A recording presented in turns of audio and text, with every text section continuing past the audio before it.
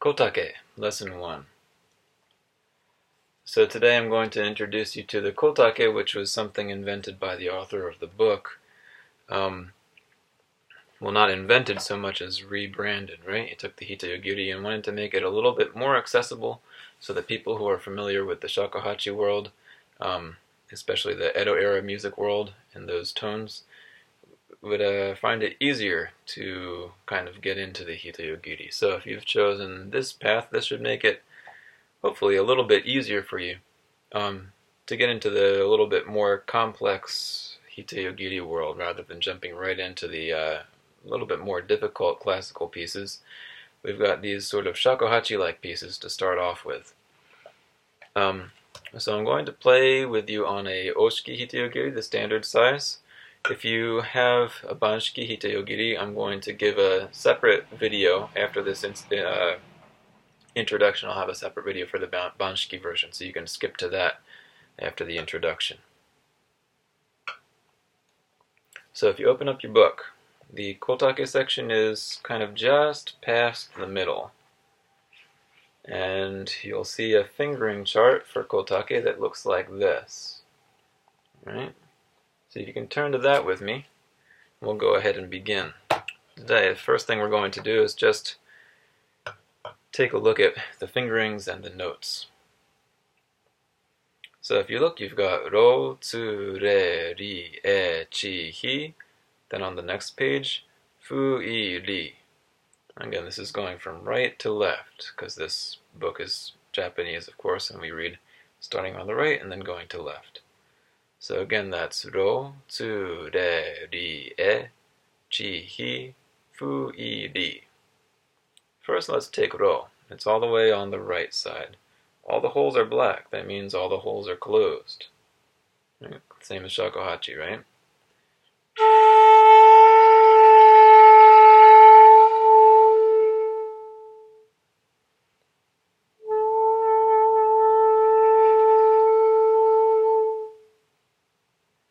Now, one thing different about a Hitayogiri shakuhachi is that lots of people tend to blow the shakuhachi very hard and put a lot of breath into it. This is a lighter breath. Older shakuhachis are also a lighter breath, but the breath should come from the bottom of your abdomen, and it should be kind of a light breath. You don't need to blast it with air or anything.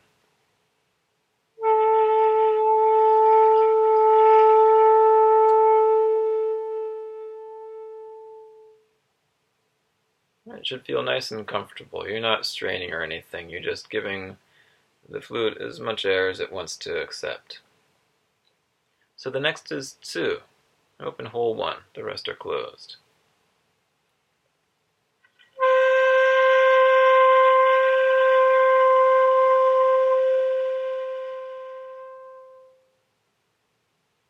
Now here you'll notice you've got to play it a little bit differently to get the pitch up, right? If you don't make any adjustments, it's going to sound like this, rotsu.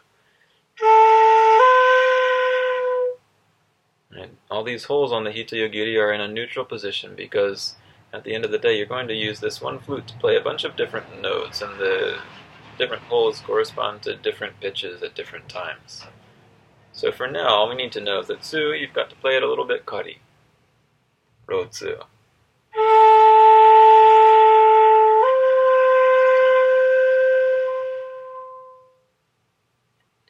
Re. Bottom 2 holes are open.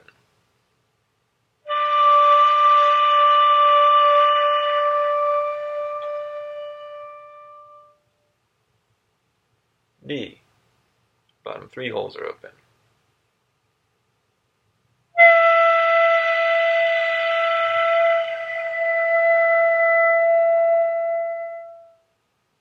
E. Right, you notice that the bottom 4 holes now are all white, and only the top hole is black. That means you only close the back hole there.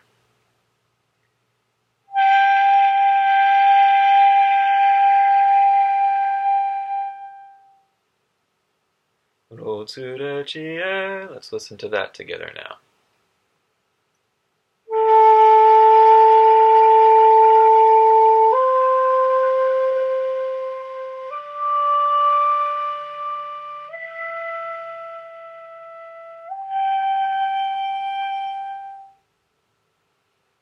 You'll notice that you'll have to adjust your breathing. You maybe either your breath or from your stomach or just the angle of your head. You're going to have to adjust that a little bit to get the pitches. And again, you don't have to have the pitches perfectly exact, but if it's too far off, then it doesn't really make anything that makes sense, I suppose. So do what you can without straining. Let's do that again.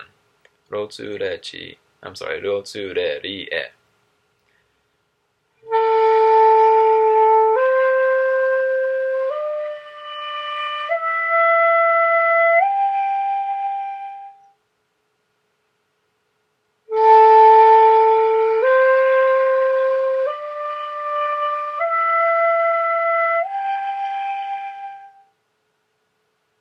Right? Then the next note, chi, you'll see has all the holes are white. That means all the holes are open. Chi should be an octave above ro. If you play it straight, it's going to sound very high.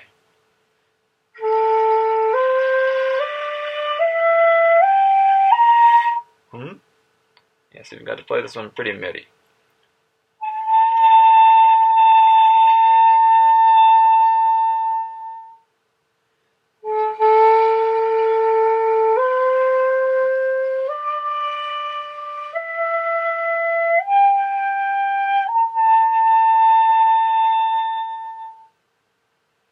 When you start the classical Hitayogiri pieces, this will make more sense. For now, you've just got to play chi kind of midi. Let's do that one more time.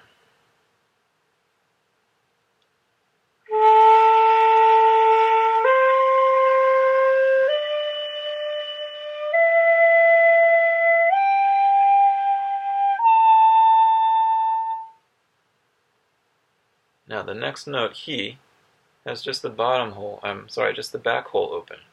All the bottom holes are closed. The back hole only is open. And this pitch should sound like a high tsumeri. Right? It's a half tone above the chi.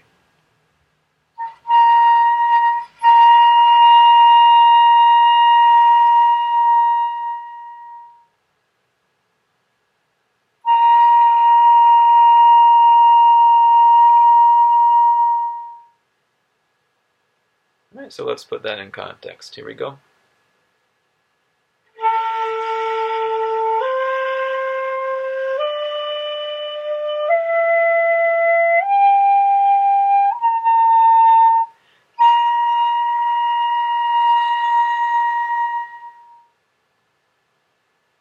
Good. That might take a little bit of practice to get, right? You've got to have the tones already in your mind while you're playing them. You can't just leave it to the holes like you can with a Western flute to some extent, right? It's a lot more precise. And this you really have to adapt yourself to the instrument. So take your time. Get to know each other, right? Be friendly. When you get tired or frustrated, just put it aside for a little bit and try it again. Now we're going to go over to the next page to look at fu and ri. We're going to skip the middle one, i, for the time being. Fu, that's the first one on the next page. It's got just this hole open. The back hole is closed, the bottom three holes are closed, just the fourth hole is open there. That should be an octave above ro.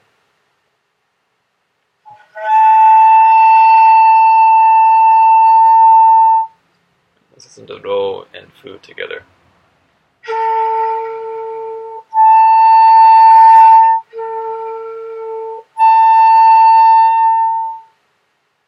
You might have to adjust a little bit to get the pitches to match, but they should be pretty close to each other. It shouldn't be very difficult. The only thing that's difficult is that with this note is if you blow too light, sometimes it might not work so well.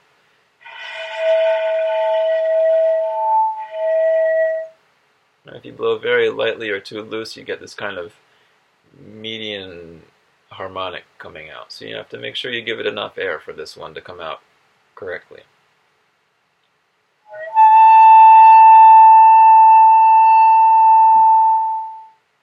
Instead of blowing really hard, just have a thin stream of air leaking out of your lips. Put a little pressure into your abdomen.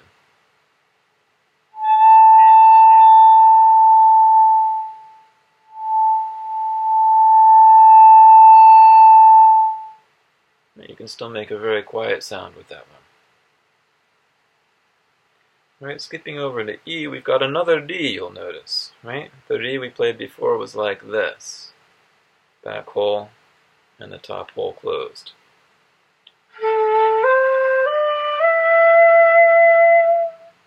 But you notice this D is different. The second hole is also closed.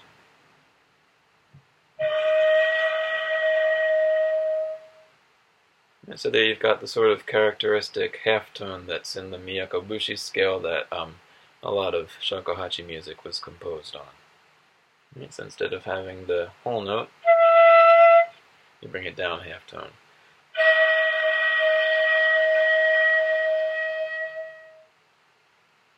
Now because there's two versions of D, and they're usually not explicitly explained in the scores which they are, we've got some room for interpretation there.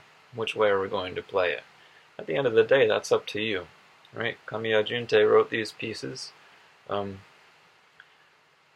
some other people helped, but they aren't around and there's nobody who plays them anymore, so we really don't know what they intended. So these are our pieces now. So all we can do is try to be as faithful as we can to what they left us with, and then just kind of use our creativity and our sense to make these pieces interesting to play. Alright? So go ahead, good luck. Practice those and we'll do some of the introductory pieces next time.